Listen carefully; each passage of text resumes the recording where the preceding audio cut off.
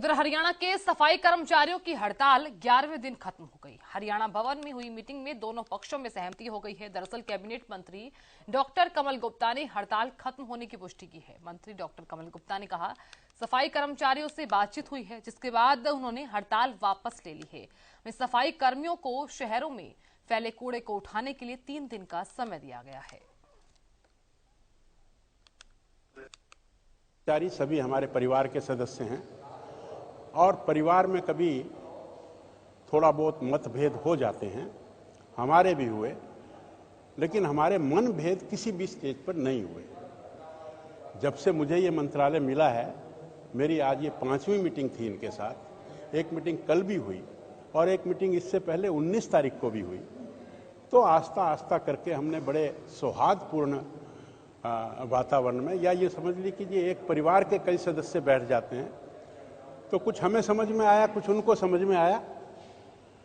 और आज की मीटिंग के मिनट्स जो हैं वो हम आचार संहिता जो 6 नवंबर को समाप्त होगी, तो उसके बाद हम इसको ओपन करेंगे।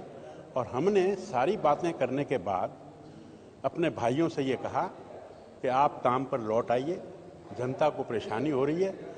और उन्होंने सहर्ष हमारी बात को स्वीकार किया और कल से ये सब लोग डबल मन से, और इन्होंने ये कहा कि ये जो 10 दिन का काम जो है, ये जितना भी बचा है ये हम 2-3 दिन में पूरा कर देंगे। देखिए, आप भाव देखिए इन सभी कर्मचारियों का, तो बड़े अच्छे मन से ये कल काम पर लौट आएंगे और पिछले 10 दिन का काम 2-3 दिन में करके और इसको पूरा करेंगे। जो हमारे मुख्य मुद्दे थे,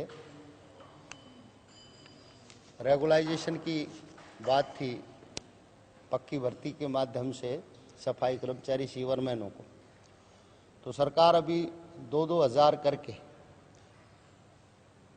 सफाई कर्मचारी सीवरमैनों को पक्का करने का काम शुरू कर देगी।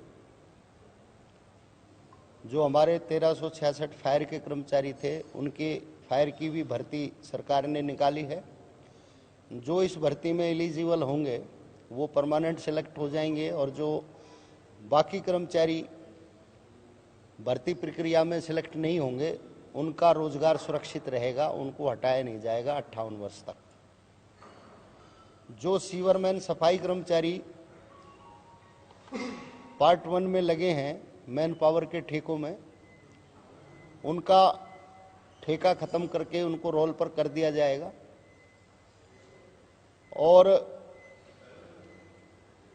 सफाई सीवर कर्मचारियों को, सफाई और फायर कर्मचारियों को 1000 रुपये वो फायर को भत्ते के तौर पर, और सफाई कर्मचारियों को स्वच्छता